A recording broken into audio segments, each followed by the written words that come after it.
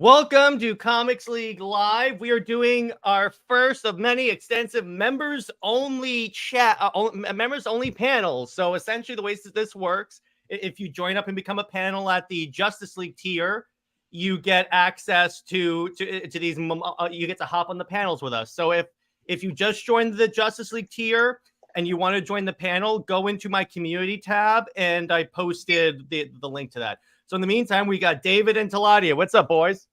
Hey guys. What's up, guys? So today we have a little bit. We have some fun topics to discuss. First off, shout out to Master Sergeant for becoming a member at the Justice League tier. Love you, brother. So to get started, let's start with what comics are you guys reading? Let's see what You know me, Jared. You know me. You know. Yeah, I know you. You know what I'm reading. So it's the Super Wonder, of course. Superman Wonder Woman comic. I'm telling you, 100,000 issues pre-order was like the first for like the premiere issue. Yes. So, like, there you go. It's again, we were talking about this a little bit off screen, but yeah, the new 52 sold really well. Yep. Sorry, Tevia. It's facts. Who here once wore a members only jacket? I definitely did. Morrison's Omnibus. That's a great one, Master Sergeant. By the way, Master Sergeant, if you want to join us, the link is in the Discord. Nice, David. Nice. That's what I've been reading. I finished. That's a thick book. It's pretty thick. I finished the first volume a couple weeks ago, and I read a couple like trades in between, and then I picked that one up now. It's really good. It is. So today I marathon through the Aquaman omnibus because the trailer came out. I was like 3/4 of the way out. Yeah, exactly. I have this. I'm only gonna bring it out when we talk about the trailer, Teladia. I finished the Grant Morrison Batman omnibus to volume 2, and I gotta say, David, I agree with you. It does kind of fall off at the end. Yeah, I'm like, what is going on? The first third of that book specifically, like when it's Damian and Nightwing doing stuff, like all that is so good, and then Bruce comes back, and for some reason it feels like it gets so weird and so boring. I will say my favorite moment from that is when they flash back to Final Crisis and Batman has the gun. He goes, I have a moral objection to guns, but for you, Darkseid, I'm going to give you a once-in-a-lifetime exception. I'm like, that is awesome. Hey, what's up, Brown Destroyer? Yeah, and so I did that. I read a bunch of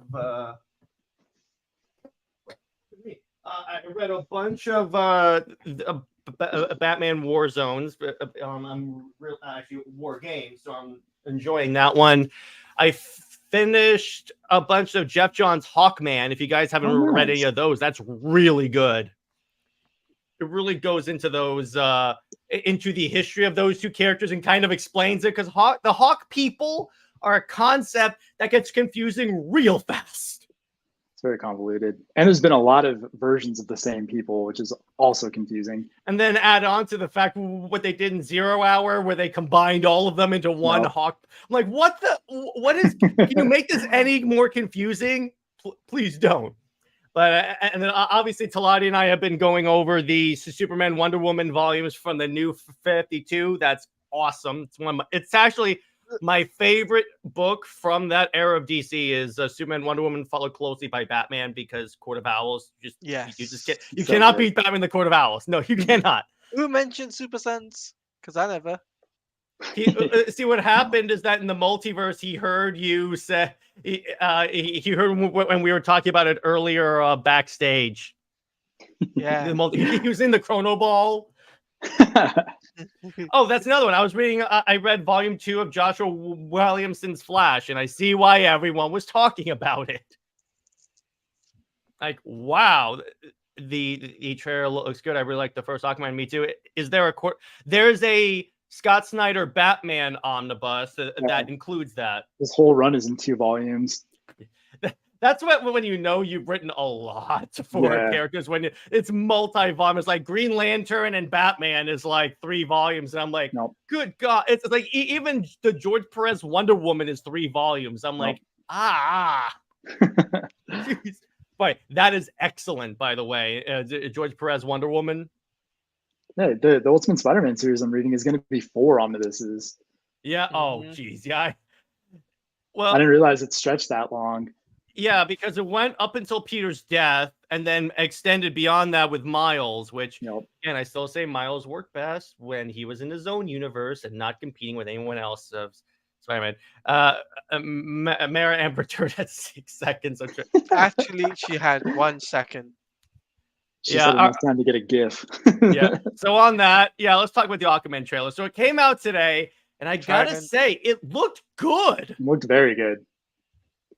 Now I can have this out. But yeah, it looked really good. It has the humor of the first movie, which is good because I think the first one had a good balance of humor. It wasn't Flash, but it wasn't Thor: Love and Thunder either. So I'm like, okay, this is good. This is good stuff.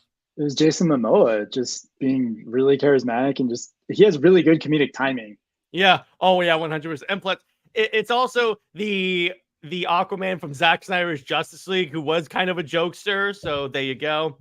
But so now we have a little bit more of like information on the movie's plot. The one thing I'm wondering, are they going to do the death of Aqua Baby when like Aquaman had to cut off his arm? I don't think so. I saw that a lot on Twitter today because everybody just saw the baby and then they saw Manta. And they said that he wants to end his family's line. So they just put it all together. But at the end of that trailer, they showed the 3 books that it's adapted from. So I don't think it's going to go that way. What would be interesting is if they do the death of Aqua Baby, and then that's why Mara is so pissed when she's trying to get into that little pod. That's a way to do it, but I'm like, I kind of don't want to see that in the DCU movie. Yeah. Especially this is like the end of the era for the Snyderverse. As far as we know, but as far as we know. Yeah, but I mean, it's bittersweet. I also like how James Wan was very like evasive when asked about the Batman thing, because he even said you'll have to watch the movie to see if any of them show up, which I'm like, you could take that as him saying they do show up, but I'm not going to tell you which one, but I have no idea. Tevia asked what happened. I don't think what happens if Black Manta kills Aquaman's family. Oh, well, if that happens, Black Manta's going to get his ass kicked by Mara. That much I can tell you right now. Yeah, Mara would be killed, that's for sure. Doubt they will kill the kid. Atlanta isn't making out alive. Yeah, that one that I could see happening. Them killing his mom. I could see her passing in this one. That would be interesting. So I guess I'll go around and ask you guys your general thoughts on the trailer. I'll start with David. I think that the CGI looks really good, considering it's been reshot like 4 times now. I think that the humor being there is good because Jason Momoa is good with it. I like the idea of like him and his brother being like riffing off each other. I'm very curious as to what they do with Mira, because they said that they shortened her. I mean, it's just rumors and speculation of what they're actually going to do with her. But supposedly her role is shortened, but James Wan answered something today, which makes me think maybe they didn't. So we'll see what they actually do end up doing with her. Well, he did say that he kind of indicated that they did, because he said that like this is more of a Aquaman. Oh, okay. So here are the books it's based on. I have 2 of the 3 of these. I may need to check this out. So it's based on The Trench, which I have in the omnibus, The Drowning, which is the first volume of the Dan Abnett run, which if you guys haven't read Rebirth Aquaman, what are you doing with your lives? And War for the Throne by Jeff Johns and Ivan Reyes. Actually, I think I have. Play the clip. Wait. Is War for the Throne New 52? I'm pretty sure it is. Let me see. I don't know, because I think I have that then. That cover has like new Mamoa on it, so I don't know where it came from. I don't know where that cover came from. But it could be they're redoing it for the trade. Yeah. Like it's like an advertisement. Yeah. Let me see here. This was in 2018. So this is 6 years ago. What? I think this is New 52. Yeah, I'm pretty sure it is. Yeah, because I saw it was written by Jeff Johns, and he didn't write anything in Rebirth for Aquaman. I'm pretty sure that's the run that has that really that viral like panel of Aquaman saying "I'm your king." Pretty sure that's where that comes from. Yeah, because I think that was in New 52 Throne of Atlantis when he kicked the crap out of Orm and said, "I am your king." Mm. Yes, and yes, I did get the Black Adam set, so I did read that. That's fun. But in which case, those are all my favorite Aquaman books. So there you go. Particularly if they're pulling from the Dan Abnett run from Rebirth, Teladia, that's another run I have to recommend. Go for that run. You will not be disappointed. But I was gonna say, why Yeah. did you say his name? All right. I said Jim John. Why did you say that name? Like that. Excuse me. But Teladia, how about you? Your thoughts on the trailer? I thought Aquaman: The Lost Kingdom trailer was really good. Mm-hmm. Very funny, by the Mhm. way, like a buddy cop type of film, like this from what I can tell. And I like that. It's a new idea because remember Orm was a bad guy in the previous movie, so this is the DC movie they should be marketing. It actually has a chance to make a good profit because there's still a lot of women thirsty for Jason Momoa. That is true. Good point. Go on, you go first. Now that's the question. Do you guys think it will do well in the box office? I don't think so. Two things. Really? A, because of Fast X. Okay. And the Fast franchise, Jason Momoa is going to be a big hit. It's going to draw attention from the people who watch the Fast film from Fast 10 to go watch Aquaman 2, The Lost Kingdom, right? It makes sense. Mm-hmm. Second thing is, Jason Momoa has been very hyped for this film. You remember that scream? Woo! Yeah. You remember that? I love his scream, "My man!" My man. Actually, you know what? Yeah, I might as well. Hang on. I think I have that here. Yeah. Fast actually flopped though. Even though it flopped, but there's people who watch that film will probably go watch Jason Momoa regardless. Particularly if in the trailer they show him without his shirt on, which they definitely did. So I'm like, it's basically Henry Cavill 2.0. True. And by the way, Legion, here's the difference between that and the Ezra thing. She's not in the whole movie. She's also not the main character. Also not the main character. Likely she's going to be in there for like 10 minutes a scene or so. That's 5 minutes. 5 minutes and that's it. Yeah. By the way, his appearance in Fast X made me like, yeah, this guy could do Lobo. That's what he's been. That's what he's being in that movie. This is why I was saying people slept on Fast X. They really did because you could tell Jason Momoa killed it. And so that's what I'm saying. If people watch Fast X, they will come and see Aquaman 2, and that's why I love Aquaman. True. It's cross promotion. Hey, what's up, Sean Franklin? If people also don't care how much she's in it, people really dislike her. That's true. But I think if the movie comes out and word of mouth comes out that she's not in there that much, maybe that'll lead to some positivity. I also think that the first movie's performance could play a part in it. People saying, "Oh yeah, I liked Aquaman. I'll go see that one," because it's the other movies were first time this character has gotten a movie. Where with Aquaman, the last time he got it, everyone loved him. But you got to remember, this is the last time we'll get to see a Snyderverse character on the big screen. Think about it. As far as we know, Teladia. Stop being a negative Nancy, Teladia. No, but in terms of Aquaman, basically Jason Momoa's Aquaman. Think about it. Here's the thing: if this movie does really well, I guarantee you they'll just double cast him as Lobo because they're not. If they double cast him, I'll be happy. Yeah, because here's what you gotta understand. First off, you can make him not look like Aquaman. Second off, it's not like Aquaman and Lobo interact that much, so it's not like you're gonna have him in two spots. And second off, yeah, with the amount of monetary issues Warner Brothers is having, do you really think that if another movie makes close to $1 billion or $1 billion, that they're gonna screw with that? Do you really think that? No. There's actually another thing I was going to say about the box office is that this movie should have come out 3 years ago. Yeah. Because that's when it would have had the chance to remake $1 billion. Mm-hmm.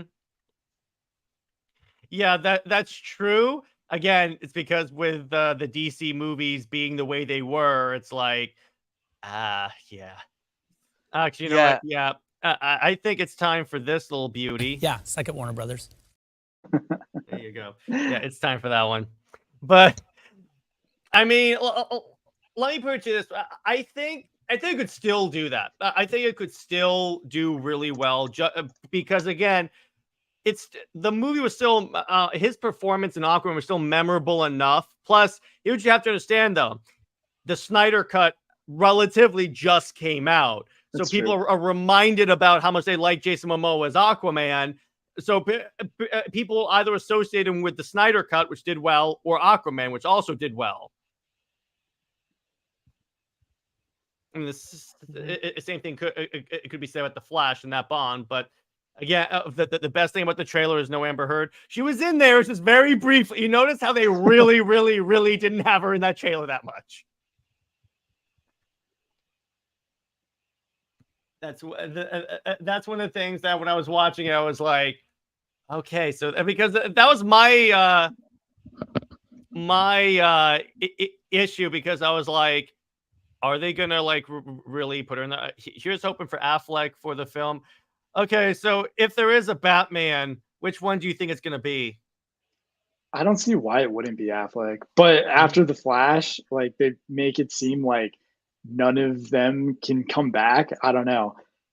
Because is this set after the Flash, like in timeline? I don't know. That's why the Flash should have been the last release. Yeah, the Flash, they definitely like fumbled this year's like schedule.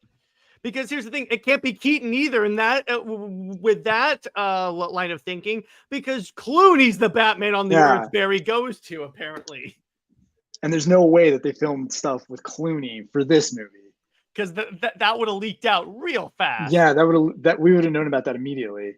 Yeah, if Warner Bros. Had any brains, that they would have 3 Aquaman movies by now. By the way, how weird is it that Aquaman got 2 movies and Superman got 1 in the past 10 years? DC doesn't know what they're doing. Exactly. There's no solo Batman for the entire Snyderverse. That's I know, also right? A huge too to think about, because that's their most money-making character. Yes, there's a saying that if they ever stopped publishing Batman comics, comic book stores were shut down. Probably. Yeah, the Flash shouldn't have been released. I don't think it shouldn't have been released. I think it shouldn't have been screwed with so much, or they should have just done a straight-up Flashpoint movie. Yep. I mean, come should just on. let Zach do his plan. It would have been done now. It would have all been over, and then they can reboot and go into something different if they wanted to. Actually, it would have been done in 2019. Yeah. Like, wait a second here. It's hilarious. A question: if Aquaman succeeds, okay, with I've heard from people I know that are plugged in that that's still gonna happen. The only way it changes is if Warner Brothers is sold, which that could very well happen. I've heard that could happen in 2024. Like they should have sell Warner Brothers, and then in that case, yeah, if Warner Brothers is sold, the whole Gunverse I think is axed at that point. Yeah, yep, Gunverse, and so is possibly the Matt Reeves verse, which would be sad because I really like the Matt Reeves universe. Yeah, same. I think that's like one of the better universes that they could choose to go forward with. I don't know why they really chose to go forward with the gun idea. Tevia, Comcast. Okay, yeah, Comcast buying WB. But what's funny is I remember. So they kept saying, so whenever I say, they could do the Snyderverse as an Elseworld story, people always bring up, well, it would compete with Gunn's universe. And I'm like, they're keeping it expanding on the Batman universe. Yeah. It's like they have a backup plan ready to go. Yeah, that's why I'm like, okay, you know what? I get plus when you think about it, the Batman made more than James Gunn's DC project. So of course they're going to keep that around. And also people love it. You can see like all of the bunches of different like fan pages that blew up just because of Pattinson being Batman. You see, I loved it. My only problem with the movie is that it was a tad long. That's it. A little bit of pacing issues. Yeah. Besides that, it was one of the best Batman movies I think ever. Oh, I thought we meant like Batman with a gun in the Snyderverse. The gun idea is so dumb. Well, he had a gun in the he's used guns multiple times in the comics. So just read Final Crisis, but I could see where you're going from that. If Comcast buys them, what does it mean for the Penguin movie? I think it's gonna be a show first off. If Comcast buys them, again, we're saying that this could lead to them like cutting. It depends on how far along the Penguin is in development, because if it's done, chances are Comcast will probably release it. Then again, we're in a world where they axe the Batgirl movie. After it's already ready to go. All I have to do is hit upload. How bad was? And here's the thing: they even deleted it off the server, so it doesn't exist anymore. Yeah, that's crazy. I don't know why you would spend all that money to not even try to make a little bit back. I think because their idea was that it was so bad it would have caused like a massive like hit to the DC brand, and then they released the Flash. Yeah, they missed the point. So many movies that can be compared to that. It's like, well, the problem is 2 out of the 3 DC movies that have come, 2 out of the 4 DC movies that came, actually 3 out of the 4 DC movies that came out justifiably would have done better had they not announced a freaking reboot before they come out. Yep. They missed the point. Yeah, I'm sorry, go ahead. Oh, I was going to say, I get that they were excited to say like, oh, look at all the new movies that we have planned. But they didn't think of the repercussions of the 4 they have coming out in 1 year. Well, what they could have done, still announce the slate. Just don't mention anything about reboots and don't mention anything about actors. Just say these movies are coming out. Yep, that's it. That's all you got to do. And then there you go. Then you can say, okay, so we have this. You can say all casting decisions are going to be made at the end of the year when we see where everything lies. Because I'm pretty sure Blue Beetle and Shazam would have done a lot better. By the way, how ironic is it that that the Black Adam movie is now the highest performing DC movie of the year? You know what's funny? They're still promoting Black Adam here in the UK. Really? Wow. Really? Yeah. I guess the hierarchy of power in the DC universe did change. Really good shift. Hey, what's up, movie theater Birdstorm? Yeah, the reboot was a bad idea. Yeah, exactly. It's like that's the most moronic idea. Yeah, they thought Batgirl was worth the tax break. They apparently had no faith in that film selling merch or home video. Well, here's the thing: if they had no faith in that film, they apparently also don't have faith in Aquaman, and they just gave that one a trailer. Yeah. It's gonna be so hilarious. Watch this movie be the hit and the movie that they hyped up be like the flop, like the Flash, because you saw how much they gave the Flash, and then Aquaman is like the sleeper hit. It doesn't make any sense. All their moves don't make any sense. Well, this is Warner Brothers we're talking about. Nothing they've done since BVS makes any sense. Yeah, suck it, Warner Brothers. I'm not playing that clip again. I'm just saying it. Yes, thank you. I appreciate that. But the reason is here's the issue that Warner Brothers fell into, guys. And I want you guys to tell me if I'm on track for this. What they should have done after the Justice League debacle, come out with a Superman movie with Henry Cavill and like wipe everyone's taste of CGI lip, because a lot of the people that campaign for the Snyder Cut were also, BVS also wasn't that good. Heresy, my friend. Wait, which edition did you watch? I have to ask that because they're very different. But the point is, they should have had a solo Superman, Batman, Wonder Woman.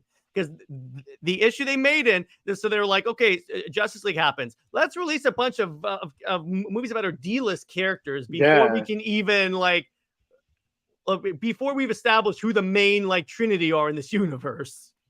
Yeah, I don't get why they would choose all the like making a Suicide Squad movie doesn't sound like a good idea. Even now, even if in Gunn's new universe, with the Authority as one of the things slated, why? You have to put your most the most money-making characters first. Look at what they did with the MCU. They went Thor, or they went Captain America, or not Captain America, Iron Man, Captain America, Thor. And then they made 2 of them, all the way up to 3. Yeah, exactly. They established who because here's what I tell people. because they'll bring up, well, Guardians of the Galaxy made a lot of money, and I said, here's why people went to go see Guardians, because they had enough audience trust that, okay, if it has the Marvel logo on it, I'm gonna see a good movie. So they went to go see Guardians. DC has never had that. Yeah, they've never had a through line. They've never had like because you don't even know that Darkseid's coming in Justice League, really. Like, there's not hints of it in Man of Steel or BVS. Actually, they do hint at it in Zack Snyder's Justice League. No, he means in the previous movies, BVS and Man of Steel. But Yeah. according to my fan theory, I have a theory that, remember in Man of Steel when like Zod is like flashing back to like finding all those Kryptonian outposts, and there are a bunch of like Kryptonian skeletons holding their guns. My theory is that Apocalypse actually attacked there, and the female Furies are a bunch of Kryptonians. Because again, I was going off of the whole, oh, Zeus may have been a Kryptonian in a rejected idea. I have to emphasize that because people freak out about that. But just like, I still won't forgive Warner Bros. For hyping up Suicide Squad versus Justice League and never. Yes, exactly. We never got, because that's what they seem to be building toward. I'm like, what? Guardians was the 10th movie in the success. Yeah, exactly. They had 9 other good movies. They had 9 other good movies. But the thing is, right? I think what James Gunn is what he thinks is that he'll probably do what Jon Favreau did, which was made a C-list character to become an A-list character. But which again, it doesn't work out for the Authority. There's a reason behind that. Or Creature Commandos, because remember, Creature Commandos is the first project coming out before Superman. I'm sorry, dude. You gotta flip those. Yeah. Although I will give him a little bit of a break because it is animation, and really Marvel's not doing anything with animation, so he could make like a footprint there. But the DC or like the animated DC universe, I don't know. People do watch those movies, so hopefully it can gain some traction even with them. Well, the problem with the Creature Commandos thing is that it's in the same continuity as the Superman movie. Yeah, that's the issue. Odd. It's like, and then he's like, "Oh, I'm also going to have games tie-in." How is that going to work? Yeah, that's a bad idea. That's a bad idea, no matter who is looking at it. I don't even know who let him say that. I get the feeling they're going to reject that. They're going to change that idea real quick. Because here's the thing: that sounds good on paper. In execution, it's been tried before. It has failed every time. And I'm not just going to say, "Oh, because James Gunn is behind it, he could solve it." I'm like, no. It makes a point. The Joker sequel looks actually interesting. Yeah. Mm-hmm. Isn't it funny? The projects that everyone's the most hyped about are just, again, Batman-related projects. Exactly. That's why I don't like them starting their new universe with Matt Reeves as Batman makes really the most sense because you already have an established movie that already made a lot of money. The people already like the character. I don't know why they just don't go off of that. I know that Pattinson probably doesn't want to play Batman forever, which is probably the biggest problem that they're running into. Mm-hmm. And by Legion, my problem is that if he's marketing it, okay, everything here tells one story. And the fact that we haven't had a Superman movie since 2013, your first movie in your cinematic universe, your first project, in fact, should be at least Superman. Because that way you establish, because he is the linchpin around the DC universe. Yet if you screw him up, which is why I think, again, if Superman Legacy flops, you're going to see a bunch of stuff getting crossed out, which I don't want it to flop, but I'm just saying if that happens, this is what's going to happen. Of course. And this is what I said. Go back to just abandon the shared universe idea. Just make a bunch of standalone projects. And then if they're successful, make sequels, absolutely. But don't exactly, because DC has shown they can't do that. So, do you guys agree with me on the whole standalone thing? I'll start with David. Oh yeah, I definitely think that they should. The most successful DC movies of the last 5-ish years is like the Joker and the Batman, which they're both Batman projects, but they are standalone to some extent. Like they don't revolve around the DCEU. Yeah. What about you, Teladia? For me, I think the whole James Gunn situation. It's like, hey, what's up, Christopher? Christopher? the whole James Gunn situation. If Aquaman and the Lost Kingdom doesn't do well, it just basically means, you know what? Why should we go watch James Gunn's movies? You know, That's true. Now, here's the question: what happens if Aquaman does well and James Gunn stuff doesn't? That's a question we have to consider here. Yes. So, what do you guys?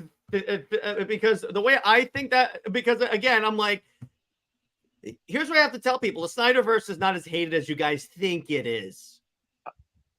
I don't really think it's. Well, I don't know. I think the only people who really hate it live online.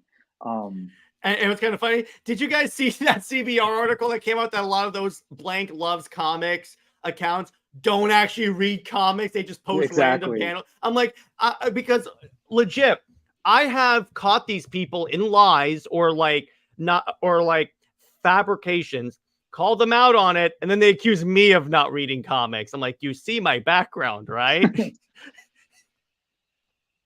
Yeah, I feel like it's easy to like it's easy to like characters that are in movies, and it's easy to just like make up your own headcanons because you see these like viral panels that people post when they're not reading the comics. And I think there's a little bit of both. Like it goes both ways. Like some of the Snyder folks are kind of like that, and some of the haters are also kind of like that. Yeah, 100%. And by religion, again, I think that right now, particularly with Marvel, because I think Marvel is partly to blame for this with like the shows and the movies, and they all interconnect. I think honestly, right now, both universes should reboot, just do solo projects, or just like movies. Like you don't have to have everything. Like you don't have to have a TV show. People actually like waiting for these like events to come. Because like we haven't had the only reason I think Superman has a really good chance of like making a ton of money is we haven't had Superman in like 10 years. A Superman movie, yeah, exactly. Yeah, like just a standalone Superman movie hasn't been around in 10 years. That by itself makes me think that it can make money, but people really like the idea of like, oh, this like cool event is coming and it's an actual reason to go to the theater. Exactly. Because Endgame was 100%, and Matt Sargent says, when the haters criticize movies for comic accuracies, they really just default into the anime shows. Or they'll go like, it's not the way it was in the era I read. Well, your era's not canon anymore. So it's a Flashpoint just wiped that era out. So of course they're not going to reflect that. It annoys me. The internet is going to destroy James Gunn's Superman before it even takes flight.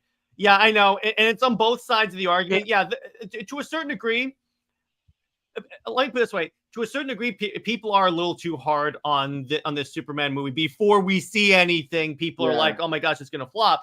I'm just reacting to if this happens because I have to war game this out because we've seen for the past even year or two has been like unexpected stuff happening. So it's really you have to think out. If it's successful, great. I will 100% be down for this. And of course, I'm going to give the movie a shot because, for one thing, Superman's like my favorite superhero. Teladia's got me there. And plus, we're also getting a Batman movie that has the Batman family. And I called this, David. I legit called this a Booster Gold show. I called that immediately. James Gunn. Well, here's the thing. You could classify as a failure, Legion, because it has a B+ on cinema score, and at least in the general zeitgeist, that's considered bad for a Big Ten superhero movie. Or it's just not making enough money. You can call anything a failure. Like all of Marvel's newest phase, like you could call all of those movies a failure because none of them hit $1 billion. Well, he was saying because of COVID too, and COVID did play a part in it. I'm not going to like dispute that. But again, based on the score, because here's the thing, when you make R-rated superhero movies like that, that's not going to make a lot of money. I'm sorry. Exactly. That's not going to, because you're hyper nichifying your product essentially. We are also getting a Green Lantern show, which I got to say, I'm kind of pumped for that. I mean, all the things he's announced are cool. I will give him that. Yeah, because it's your favorite characters, so it's hard to really make it not sound cool. I do want a Wonder Woman movie, like an actual Wonder Woman like project instead of like Paradise Lost, but I'll check out. But the very fact we're getting a Green Lantern buddy cop show, like hell yes. It was released directly on Max and was followed up negatively. Okay, but according to a lot of the ratings, not necessarily. And plus, here's the thing: can we trust Rotten Tomatoes anymore? Because we've heard that like they like pump up the ratings. So I'm like, yeah, it's essentially we can only go off of what it made and what its overall score was. And guess what? Its overall score was actually bad for a superhero movie. That's just all I'm gonna say. And I will say, if you guys haven't watched the Green Lantern animated series, watch it. Watch it. My only problem with that, it's a kid's show, but they changed the Red Lantern oath because the Red Lantern oath is like ripped from a corpse so freshly dead. And then they changed it into like a very PG version of it. And I'm like, oh, come on. Also, why are we getting a Kite Man show? Ooh, that sounds like a What? bad idea. Yeah, it's a spinoff from Harley Quinn. And I'm like, Oh, God. They need to stop this Harley Quinn show too. I think it's run its course. I haven't watched anything from the new season. It's just because at a certain point it burns me out. The first couple of seasons were good because it was a novelty and everything like that. And I was like, okay, this is fun. Then it just got, for one thing, I hate overly vulgar DC projects. That's why I don't like Peacemaker. That's why I personally didn't like James Gunn's Suicide Squad, because I feel like that humor is a crutch. Mm-hmm. And plus, I'm a prude. That's why I don't have people curse on the show. That's just that's just who I am. And it's just like, it's not my type of thing. I'm just not a fan of it. I think it had good. I really think what happened to it is it had really good writing in the first two seasons, and then they used all their good ideas, and so they ran out. So somebody wants me to speak. Okay, I'll speak. Oh, yeah, The go whole ahead, like the idea is right. I think personally they need to sell, right? Mhm. Sell it off to Netflix, right, for the Snyderverse. License out. Make- We have to be clear about this. License it out, right? Mhm. Get that on Netflix. Get everyone hyped up, because the way I see it is, if you don't sell the Snyderverse or license the Snyderverse to Netflix, you are gonna find out that James Gunn's universe is not going to do well at the box office. It's probably going to make 500, 600 max, right? Which is less than what Man of Steel made. What less than? I'm sorry, but you even hear there's a bunch of people now making excuses like it doesn't have to make $1 billion. I'm like, according to people, see, here's the thing. The narrative about Man of Steel flopping was it's a Superman movie. It should make $1 billion. I love how the narrative double changes. standards. Yeah, exactly. Double standards. It's what I'm saying though. It's like, if James Gunn's movie doesn't make more than 750 for a smaller budget film, right? Mhm. Mind you, gotta remember, James Gunn's Superman movie hasn't even started filming yet, and it probably won't start filming. Yeah, because till the strikes and all that. I got news. If it keeps going, I get the thing. We're gonna see a bunch of characters being cut for like a budget. They only have to make $1 billion. These modern inflation budgets. The budgets are the issue. Yeah, we'll see.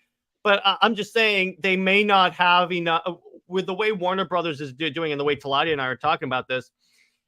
The way the financial situation that Warner Brothers is in, they have to make $1 billion now in order for them to benefit, because they are bleeding red. Yeah, they're bleeding money right now. And yes, not every, like, the way I see it is, if the strikes are still going on till like some of next year, you can forget about James Gunn's Superman movie even going beyond the filming stage. It probably won't go past that. Yeah, it depends on how long that strike is, because they're losing $500 million. You guys see that? I'm like, Yeah, oh I saw god. that. Yeah, that's crazy. No, but and they also put that stat up today of people the streams, like the streamers, and how many people unsubscribed from them. And Max was number one.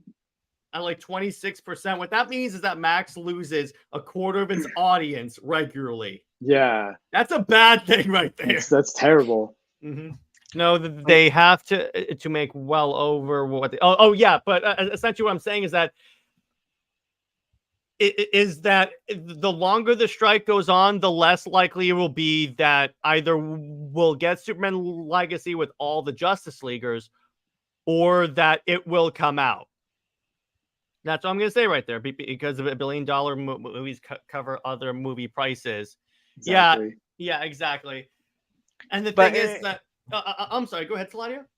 it's just the thing, guys. You got to realize, like, Superman is a big IP, Yeah. right? Yeah. And the fact is, right, James Gunn, even though he did his writing, completed it, all of that, he didn't realize that these strikes are gonna last for a long, long time. And his boss, David Zaslav, who said we underutilize these characters, Hmm. and he's the one who said, "Oh, we're gonna bring Batman, Superman, Wonder Woman to the forefront of things."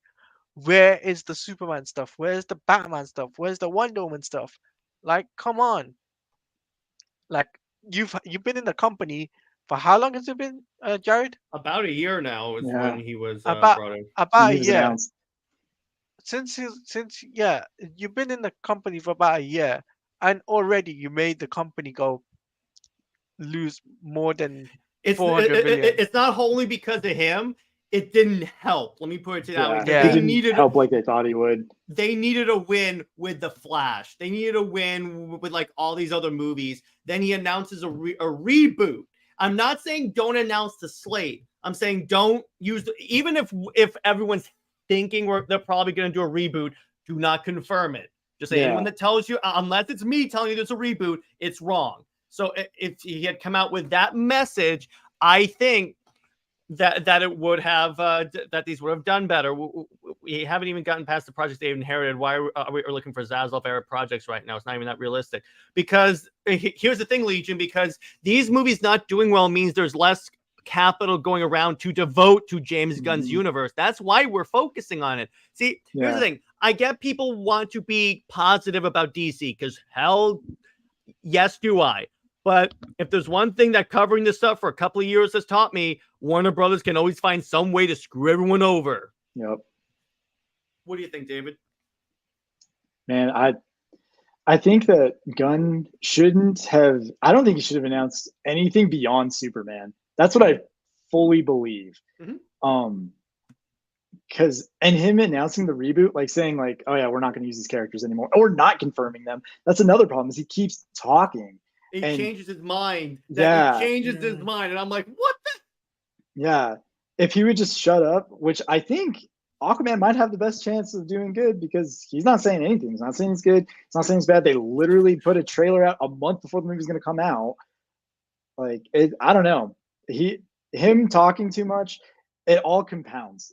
Everything that he did has compounded into people having apathy for the superhero genre. And I also think that Marvel is a little bit to blame because their movies have really fallen off with quality as well. So it makes people less likely to see comic book stuff. Yeah, and Legion. What we're saying is that these movies probably would have done better had he not announced reboot. And here's the thing: even all the trades are attributing like Shazam and like Flash, majorly to his reboot announcement. Let me put it this way: you can admit the guy made a mistake. It's fine. Yeah. That's part of this, because if we're just gonna say everything's great under James Gunn, what's the point of covering this stuff? But so the actors like this is already taken. Yeah, it's and I agree with you, David. The thing about it is that I'm thinking, I'm like, he's keeping all of his characters, and I'm like, oh, okay, but they're like, the excuse is, well, they were like separate, or like they'll just because they're smaller characters, they can be kept. Here's the problem. Take Peacemaker, for example. He met the Justice League, and it was the Zack Snyder's Justice League group. So I'm like, that is firmly established in DCEU. You can't just reboot that. And we're getting a season 2 of Peacemaker. How are they going to do that? If it follows that story, it follows the Snyder thing. Yeah, exactly. Agreed an hour about the Riga was not need to be nuts. I'm saying, why are you all just saying, where's the Zaza project? He's been there a year now. Well, no, because here's the thing, Lee. We're talking in general, right, Legion? Mm-hmm. Where's the Superman game? Where's the Batman stuff, like the animated show? Where's that? Like, Yeah, where's the Cape Crusader at? Cape Crusader, right? I think could be pretty dope. It's pretty interesting. I just hope that Bruce Timm, because he's involved with it, won't have Batman with Batgirl again. and then you got the Wonder Woman stuff, right? It's Mhm. like what's happened to the Wonder Woman game? I Yeah. think it's safe to say, by the way, that J.J. think Abrams' that's movie's dead. dead Yeah. because They they announced pulled out that something deal. about I heard that Zaslav canceled his contract with him. Yes. There's a Which rumor I going. saw that coming because it's like they made this deal with J.J. Abrams, made a big deal about it, and then he didn't produce squat. Well, Even Legion, even though it takes longer to develop, they could do exactly what Wonder Woman did, which is just announce it and that's it. People will be hyped. Planet, announce it. Because what you have to do, Legion, is you have to get people excited for the DC brand. We don't have that.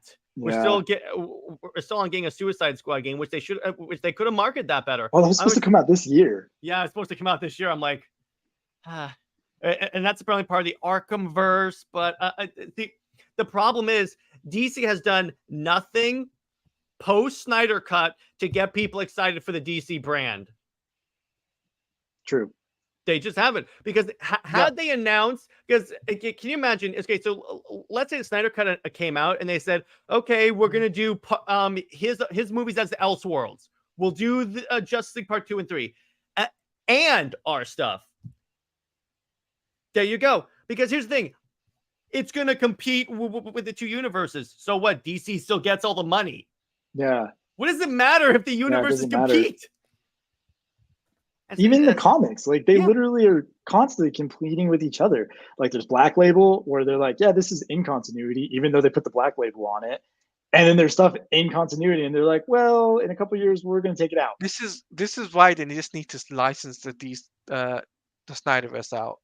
That way it makes sense. It doesn't need to compete with James Gunn's universe, and people pretty much will be like, okay, we can go to Netflix, we can watch the Snyderverse. Snyderverse fans are happy. The DCU fans, the people who are looking for the James Gunn's universe, they're going to be happy about it. So that way it's not competing. Both win-win. And Legion, if people are excited for the DCU, I don't see it. And I'm not just following some of the Snyderverse people. I haven't seen a lot of people really talking about, oh, this looks so good. I'm so excited. I can't wait to see what he does here. I don't see a lot of that. I got to be honest with you, dude. Like when he announced Paradise Lost, I'm like, man, Wonder Woman's not even in that. I know. It's like, I'm just like, really? You're not doing a Wonder Woman, animated show? And, what's a great way to confuse people and run people off later? Have a separate. No, just say we're continuing that story, and then we're gonna do and we got Master Sergeant has joined us. What's up, brother? Nice. How you doing? What's up, man? Oh, first off, nice shirt, brother. Yeah. There you go. There you go. I always thought Master Sergeant was younger than me. First off, how you doing, dude? Hold on, let me. Man, I'm 50. I'm 51 years old in 4 days. Nice. Happy birthday. Happy birthday, dude. So what do you think about everything we've been talking about? First off, what do you think of the Aquaman trailer?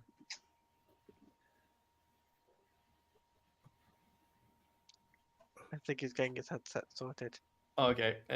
Oh, he might have to mute the other one. Either that or it's delayed. But where is my Wonder Woman animated series? That's a good question. Where are the big characters? That's what I kept wondering when he announced the slate. Did you read the new Batman and Robin this week? No, I'm really behind on Batman and Robin. Here's the thing: DC puts up so many Batman books, I cannot keep up. That's the issue here, guys. I haven't read that one, but I can comment on the Gotham War because that is not very good. No. Oh yeah, I've heard that one. Is that the Batman versus Catwoman thing? Yeah. Yes. Oh, but the premise doesn't make any sense because during Night Terrors, I don't know if any of you guys have read any of that. Anyways, I read a Superman and Wonder Woman book for that. That's it. Well, they won or whatever. It's over. But Batman apparently was asleep for 8 weeks, and in that time, Catwoman is taking over Gotham. She's trying to stop violent crime by teaching all of the thugs from all of the the Two-Face, Penguin, all the gangs. She's teaching them how to steal. And I guess this is a take on Robin Hood, take from the rich and give to the poor, but it's still stealing. And Batman comes back. He wakes up and he's like, "What's going on?" And she somehow convinced the entire Bat family that this is all good, except for Damien, who was like, "That's still a crime," and I thought we were against crime. I don't know. It doesn't. The logic is missing. Okay, crazy lag. Your voice all hear me. Oh, okay. Try leaving and coming back in. Leave and rejoin. Okay. Yeah, so he'll be back. Exactly. But anyway, crime is crime. That's literally how he sees it. Yeah, when I heard that premise, I'm like, that is the dumbest thing in the world. Like, what are you doing? Read Lucifer's comment. She was wait. She was lecturing Batman about giving to charity. Oh yeah, exactly. What? Oh, and he's poor in it too. Or not poor, but they're like trying to take his house. Because apparently rich people can't be good guys anymore. Yeah, I guess not. So I guess Christopher's saying it's a good comic. Yeah, Damian and Bruce dynamic in this issue is great. Well, of course, Damian's a dynamic with either Batman is actually pretty good, so I'm fine with that. And Tim Drake going up against Batman is stupid. That is dumb. I can't believe you actually have Bat family members siding with Catwoman. That's the part that really astounds me. And they fought. They literally fought. Batman fought Cassandra Cain, Duke, and Nightwing all at once. What is going on? Yeah, I don't know. And then I saw a lot of people reacting to it, and they're like, "Oh, Cassandra would beat Batman." I was like, I don't think Batman would lose to any of these guys. All right, so can you hear us? Are we good? Yeah, we're good now. I had the other YouTube up at the same time, so you guys were echoing back and forth. Oh, nice. Yeah, I had to figure that one out. So, what do you think of the Aquaman trailer? I think I'd be more enthused with it if it wasn't part of a zombie franchise right now. I just don't have a lot of interest in it. I mean, I'm still going to go see it. I've seen all these flops ever since, Hamada's New Direction, but I don't expect much from this movie. Well, yeah. And remember, all this could have been avoided, like we said before, if they had not screwed over Zach, and then it would have been over in 2019. But so how are you enjoying that Grant Morrison JLA? I'm liking it a lot. I told you talked me into about $1,700 of comics that one video you had. Yeah, I went and bought all those omnibuses. They're just stacked up, waiting for me to read. I'm telling you, they're good, dude. I was writing about Green Lantern. It threw me off with the Green Lantern was it was good. It's one of the reasons I never read Green Lantern was because of the there's too much going on in the panels, like the artwork. I would have to just sit. What are they doing right now?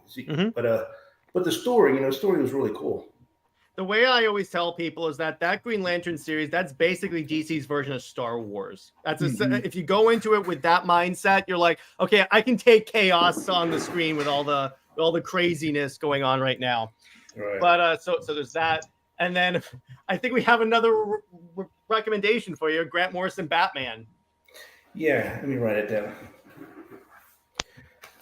I'm doing the Justice League right now. I told you I got to the part where Superman is all of a sudden blue and he's walking around like he's electricity. I'm like, what the heck is that? All right, so what happened was, and they don't tell you this. So here's what you have to say about Grant Morrison's JLA. He got screwed hard with like all the stuff that was going on with the DC universe. Because so what happens is that Superman dies, he comes back, but his powers are wonky, and then all of a sudden he like becomes like pure energy, and he needs that blue containment suit, and he has electric powers. So not only did Grant Morrison have to pivot to that, but also in the Wonder Woman book, she dies. So he has like Hippolyta being Wonder. So all of a sudden they're like, "Hey Grant, Superman's blue now." Well, that's stupid. Don't worry, we'll take care of it. Oh, by the way, Wonder Woman's dead. What? That's just DC editorial. I will say my favorite line is when Batman is fighting the White Martians. He tells them, "I know who you are." And he lights a fire circle around them and goes, "Let's go." Oh, that was in that was earlier. That was in the first opening part of the omnibus. Yeah. Which, yeah. That's because here's what I'm saying about Grant Morrison. He loves making Batman the secret weapon of the Justice League. Because he's where Bat God came from. Yeah, so Grant Morrison doesn't write Superman well. Oh boy. Oh, I loved his run Wait a in second. Action Comics. Yes, but are we also talking about All-Star Superman? Because All-Star is Yeah. like the greatest Superman story of all time. I always tell people if you want, yeah, essentially uber bad. But actually, yeah, Grant Morrison can't even use Hawkman. Yeah, he can't even use Hawkman. That's why you'll see him later. Zoriel, the little angel guy. That's why he showed up, because he wanted to use Hawkman. That's why he was telling people with the JLA omnibus, even though it's so good, he got screwed massively throughout all of it. And I'm like, what the heck is going on? Grant Morrison also wrote Superman the New 52, which was confusing. That was actually a pretty good series, though. I really liked it, how he used I can't say that guy's name. Jared, you've been summoned. Mixelplix. Who? Where? Lucifer, look. Oh, honestly, my birthday giving away free stuff. LOL, make sure to show up. I'll be there. I'll try and show up. Grant Morrison also wrote Superman the Authority book, which was meh. Yeah, that Superman the Authority book was meh. Wasn't that the one where he like travels to another planet? That's it's the Warworld saga before Warworld. I don't understand what's going on with that. I was talking about the canon storyline Superman. Oh yeah. So New 52 Superman, it was okay, but the Superman and Wonder Woman series that Teladia and I are covering on his channel is way better. Yes. Way better. Because he actually acts like Superman in that. Yes. And I'm loving it. And that's the one for all of you that don't know, where Superman and Wonder Woman were actually a couple in that one. Comics Lady, quick question. How do you guys feel about Grant Morrison Green Lantern book? Because I tried reading that book and I felt so lost. Anyone here read Grant Morrison Green Lantern? That's the one. Okay, so what he did. Okay, so Master, you'll love this. So he hops on Green Lantern and ignores everything that Jeff Johns did. Really? He's like, okay, all the other lanterns, no, they're dead. They're dead. Just ignore them. And then apparently Green Lantern fights God for some reason. I'm like, what the? I'm like, what are you smoking, Grant? Which that's the thing about Grant Morrison. He writes really weird stories. I think I'll pass on that one. It's way outside the box. Yeah. If you've read like Final Crisis, I still don't know what the hell happened in that event. I swear, the end of the Batman Volume 2 omnibus, like halfway through, I'm like, bro, what is happening?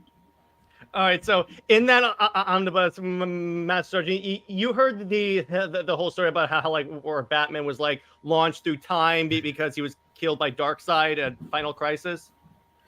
I didn't get that in there. He was just always dead, and then he came back as a corpse, and then he was dead again. So I didn't. Yeah. So what happened is in Final Crisis, which was one of DC's big events. So a Batman kills Darkseid and then is shot with the little eye lasers, and what they're supposed to do is they're supposed to like erase you from existence. They didn't because he's Batman. And it turns out he was sent back to the very beginning of time, and then he keeps time skipping. So the whole time he's alive. He's going through all these different time periods, and Tim Drake's the only one who is sure he's alive. So this whole time you have like Dick Grayson being Batman and Damian Wayne being Robin, and then he comes back all of a sudden and is like, okay, I'm Batman now. And then to David's point, it gets kind of weird at the end of it because I'm like, what? It doesn't work. I'm just see, because again, I like Grant Morrison's writing, but there's a lot of stuff where I'm like, what were you smoking when you did this? So was Bruce Wayne just absent from the comics for a while? Yeah, he was. He had was like his own run when he was absent. It was like him through time. Yeah, it was called the Return of Bruce Wayne, and the way that they explained it in the comics is like, Master Wayne is like traveling. That's what they explained, because he was gone for like in DC time a couple of months, but yeah. So essentially, they had a series called The Return of Bruce Wayne, which was him going through time. At the same time, you had the Batman and Robin series, which was Dick Grayson being Batman and Damian being Robin. And that's where you have like the first appearance of like a Professor Pig, I think, is when he showed up, and like a lot of other weird villains. So there was a Batman, and just wasn't Bruce Wayne. Yeah, it wasn't Bruce Wayne. That's what they always do. And the weird part is that then they had a period where so Batman came back, Bruce came back, and then Dick continues to be Batman. So we have two Batmen. And you know how much I hate having two of the same mantle. It confuses me. That's where Black Mirror comes from too. Yeah, it's like two Aquaman, two Superman. I'm like, no. Because if I go down the road and I ask someone, who's Superman? They're going to say Clark Kent, not John Kent. Sorry, Tevia. If I go ask someone, who's Batman? What are they going to say, Teladia? They're going to say Bruce Wayne. Exactly. They're not going to say Jace Fox or Dick Grayson. If anything, if they somehow know who Nightwing is, they're going to say Nightwing. But as you said, also we had a Red Robin book with Tim Drake. Yeah, Tim Drake's one of those guys where he's gotten good books, but then they sabotage him afterwards because I don't know why DC has such a determination to only have Damian's the only one who's allowed to be Bruce Wayne's Robin when you have multiple Robins. Again, this is my problem with this. The Bat family's too big. I'm against having all these families too, because it's So am I. I don't like that either. Because I also don't understand why there's so many Robins, but when they grew up, they said, screw you, Bruce. And Batman went and found some college kid or some high school kid to be Batman and Batman Beyond. What was the point of Robin the whole time? Exactly. That's a good point, actually. I never thought of that. That's actually what are you guys doing? But it's also, here's the thing. In the current Superman run, all the super people are in Metropolis. Metropolis has got to be the most protected city in the world because they have got 5 Kryptonians protecting them. I'm like, who can realistically pose a threat in this book? You got essentially 5 Supermen. What are you going to do? And villains like Metallo. Okay, but he can only direct his heart at one bad guy. What are you going to do? It doesn't make a lot of sense. And it's like people always tell me, well, the Flash, they had Barry and Wally both being the Flash. I still don't like that. They only had that because Jeff Johns only wanted to write for Barry Allen. That's why he brought him back. But it's just really nuts. So let's see, what else did I have in mind? So we did what are we reading? We talked about the Aquaman trailer. Any of you guys tracking the Spider-Man game? Yes. They've just, by the way, they just dropped a new trailer. Yeah, so they just dropped that. So I'll go into some visuals. So currently what they're doing, so basically it looks like they're doing a combination of the Black Suit Saga and Kraven. The Aquaman trailer's on the football game right now. Yeah, the Aquaman trailer. Yeah. Let me see. Spider-Man. They just dropped the digital deluxe trailer. Oh, nice. Oh, by the way, did you guys see the So what they did to advertise the collector's edition of this game, it comes with a Spider-Man Venom statue. The tweet to advertise it was, get ready for 14 inches of Venom. 19 inches. 19 which I pre-ordered. Inches of Venom. Well, I didn't pre-order, I'm like, did someone not read it? I think they did. I think they wanted the internet just to go crazy with it. Well, and they did. As the internet will. The internet. Did you see all those other games? They're like, oh, our figure is this tall because there's the Dead Space games coming out, and Collector's Edition has a figure coming out too, and they retweeted their own tweet and said, our figure is 6.3 inches or something like that. Someone has to comment, guys, stop comparing sizes. It's not. It's fun. And I'm looking forward to it. You can use the black suit from the Sam Raimi movies. There's the Spider-Man 3 black suit, which say what you want about the movie. That suit is freaking dope. Yeah, that suit is very goated. It's confirmed. It's confirmed, guys. It's the black. That's what we were theorizing for a long time. So we can talk about Jeff Johns' great comic book work and his Stargirl series and not his film work. Yes, exactly. We can talk about this. Exactly.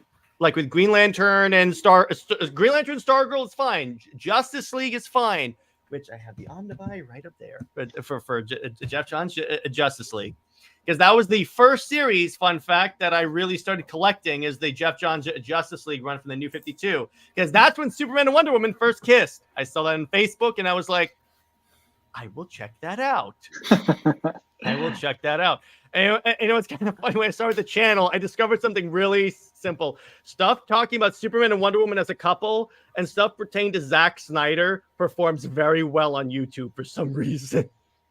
Even Teladia discovered this because we're doing a read through of all the different issues. And he's like, Jared, what is going on? And I'm like, I know. I've been telling you guys this for years, and you guys are like taunting me with the Wonder Bat stuff. Oh yes, Sam is still a Wonder Bat fan, by the way, guys. Yeah. But by the way, so what I'm gonna do, I have a couple of questions for actually you guys, real quick, a little interview questions. Any of you guys that have seen my interview stuff know how I do this. So I'm gonna go, I'll start with Master Sergeant. So what got you into comics? Oh, I'll tell you exactly. All right. I was in the 8th grade, and a friend of mine, he on the bus, he had a G.I. Joe comic number. Hey, there you go. Good grief, I'm thinking maybe 19 or 20, I don't know. But I watched it. I mean, I read it with him. There you go. There you go, Snake Eyes. There you go. I noticed that. Yeah, and I would read it, and every month he'd have a new one. I was like, oh my God, these are so cool. So, but yeah, I was in 8th grade, and from that point forward, I just branched out. I mostly just kind of stuck with I like the non-superhero characters like G.I. Joe or Batman. Batman was my favorite. But I ventured out and did other things, and read a little bit. But there was a friend of mine on the school bus. With me, what I always tell people, because people come up to you and go, Jared, how do you get into comics? And I'm like, start with a team book. Because here, I consider a team book like Justice League or Avengers a sampler. Because what you do is you look at, okay, so who do I like? Superman, Batman, Wonder Woman. I'm going to go get their books. And then you just go off of that. How about you, David? What got you into comics? So Batman existing, pretty much. But I wasn't really into comics until like a couple of years ago, because like I had watched Batman animated series when I was a little kid. I played all the Arkham games. Every time a Batman movie came out in theaters, I saw it like a whole bunch of times. And he's just like always been my favorite character. But when the Batman, the newest one, the Pattinson movie came out, I was like, maybe I should read the comics, because I feel like I really like this character. And then now I spent all this money, and I have all these omnibuses of all these other characters, and here we are. Yeah, exactly. How about you, Teladia? I don't think I ever asked you this. No, you never have. So what got me into comics was video games. There you go. Video games, and I used to play back in the day. It was really old. It was the Superman 06 film, movie tie-in game. Returns? Yeah. Say what you want about the movie. That Returns game was a pretty good Superman game. Yeah. So that's what got me into comics. First, I played the games. Then as soon as Batman Arkham Asylum came out, boom, I started reading comics. There you go. There you go. So I was just like, I was invested in that. And then, after the Batman Arkham stuff, Marvel decided to do something. Nope. And then I got into Marvel Spider-Man. That's good. The Gamerverse, by the way, it's called the Gamerverse comics. So I've been reading those that. are actually pretty good. So with me, I've told this story before, but I might as well in case there's any new people. So I was still a superhero fan for like many years, from like the earliest memories. Like my first franchise that I really got into was like Transformers, and then I graduated to Halo. But then comics was never really my thing up until like, I don't know, relatively recently. So I moved to Florida in 2013, and I was taking a comic drawing class. I still can't draw for hell, but whatever. I started getting into it, and this is around the time the new 52 had like just started. So I was like, oh, I'll check this out. It's a reboot. I don't have to worry about anything else. So I really got into it with like the Justice League and Superman and Wonder Woman being a couple and all that stuff. That's why I always emphasize that book. But then I kind of fell out of it. Then COVID hits like in 2020. I didn't have anything to do. So I was like, okay. And I had previously been considering starting a podcast. I didn't even know how to do it at the time. And I was like, I could do politics, but I don't want to venture into that space. That's really bad for a lot of reasons. But and then the Snyder Cut got announced that day. I remember it vividly. I was going into the dentist's office. It hadn't been announced yet. I think they were doing a live stream at the time. I come out, it gets announced, and I'm like, how long was I in that dentist's office for? Because this is weird. And then I got back, and then my other co-host, Lad, and I had started talking about it. And I was like, there you go. This is it. And then I started the YouTube channel shortly after that because I wanted to like do other stuff in addition to the podcast. And then 2021 is when it really picked up because it was like stuck at 32 subscribers for like a long time.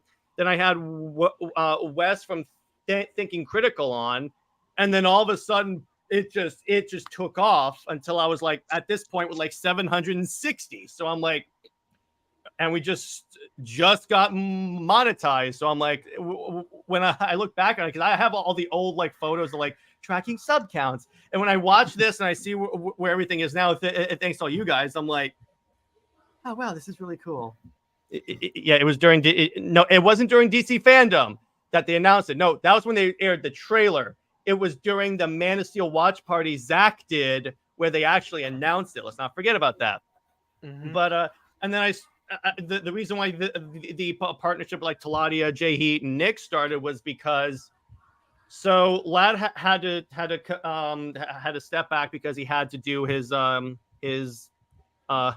master's degree, which all good. Then Nick came on to promote his comic, and then he was just available. He was like the first available person to like do stuff with. So we started doing content. And then Teladia, all of a sudden Teladia drops in my chat one day and is like, hey, I got insights on Gotham Knights the game. So I'm like, let's have him on. Then Jay Heat started coming on. And then all of a sudden, before you know it, we have a regular channel like Master Sergeant and David. Everyone just started showing up more. And I'm like, okay, this now has legs. This is awesome. So thank you to you all for being a part of this. This really means a lot. No worries, man. Like I said, when I first got in there, I was like, bro, I got some inside information for Gotham Knights, which is all legit, and it was, and it all came true, by the way. And I had concept art and assets, which was sent to me for the video game. Got that. Excellent work, dude. But yeah, and I also had you on. I was on Tavia's channel to talk about. I think it was the Super Sons movie, which was decent. It wasn't like my favorite, but still. Oh yeah, I forgot about the Man of Steel comic. Political content creators are oversaturated. I think people are getting tired of politics. That's also the reason why I was like, I'm not doing that. No. Plus, it's just so negative. So why would I want to just contribute to that? Either side. I'm just gonna focus on superhero content. That's good. I just want to provide escapism. That's all I do. That's all I do. So I think that's a good place to wrap this all up. Gentlemen, thank you for coming on. This was really fun. And I'll go around. Where can we find you guys? Let Master Sergeant go first. Yeah, go ahead. Well, I'm just around. All right, cool. He'll be in the chat, no doubt. Yeah. David, how about you? I hang out on Twitter a lot. That's really the only like social media platform I use. I'll put my link in the chat there if anybody wants to follow. Talk about comics, talk about anything. Yeah, we have a cool look at me. And then Teladia, where can we find you, and what have you got coming on your channel? So you guys can follow me on X at Teladia Plays. I still can't believe. Sorry. My favorite is now it's called X, formerly Twitter. So now it's like the artist formerly known as Prince. Yeah. So you guys can follow me there at Teladia Plays _ and I've got a ton of things planned. I am currently, after the stream, I'm going to be doing a recording for the digital deluxe edition trailer for the suits. I've got to be recording that, uploading that on my YouTube page, which is at Teladia Plays. So you guys can check me out there. I just recently uploaded a video which I did a collaboration with Movie Madness and Entertainment when we watched the State of Play, where we did a State of Play live reaction, and that was pretty cool. It was fun and entertaining. Shout out goes out to Max as well. And I also got like streams this weekend for Marvel Spider-Man Miles Morales, where I play the game live on stream. So there's also that, and Jared won't be there because he can't criticize me then because he's working, unfortunately. This guy plays Arkham, and apparently the way he plays Batman is Batman apparently has something against air because he keeps punching air. Like, Yeah. you are aware the idea of this game is Hey. to punch criminals, not air, Hey. right? At least I'm better at stealth compared to Nick. So you can. Oh yeah. Anyway, So at least I'm better at stealth. So I'll the give way you I see it, but I'll say this, right? At the end of the day, I got the Batman Arkham stuff happening. Road to Suicide Squad, that's all underway, I should say. Road to Marvel Spider-Man 2, that's underway as well. I got members only video planned out. Saturday, I'm going to be recording it. I'm going to be talking about why we need more DC video games. Honestly, we do. We definitely because there's do. none right now. There's none. Exactly. Why we need more video games? Why it's a necessity right now, more over than why Marvel getting all of this stuff and DC's not getting any, and it needs to happen. So I'll be making a video explaining why it needs to happen, and it'll be uploaded Monday, Tuesday, maybe Wednesday at the latest. So. Sweet. And Wednesday also is the Super Wonder Comics League collaborations where we talk about Super Wonder. Yeah. So So in terms of for me, at 11:30 p.m., that was the only time that they could do this. I'm talking to the to the writers of the book Boobs of Steel. It's basically a book where they talk about how a lot of the of the way women are drawn in comics is less attractive. I'll put it that way than very it used to odd be. nowadays. Yeah, it's very odd now. And for movie night, we're talking about Batman, the Return of the Joker, the Batman Beyond movie. In terms of Super Wonder Legacy, Britt and I are talking about the misconceptions about that title and the new 52 and such. In terms of Indie Wednesday, I'm going to be covering some Halo comics thanks to the recommendation of Teladia. This was a member requested video, so I'm going to go with that. And what else am I talking about? I would have to say probably that is it. Thank you, gentlemen, for joining me for this members video. We're going to make these a monthly thing, and in addition to all the other stuff we do as members, I'll keep you guys appraised. In terms of the early access to videos, I probably will just either do Under Two Capes or Indie Wednesday for the early things for right now until I can scale up. But meantime, stay heroic, everyone, and we will see you in the next one. Thanks. Bye-bye.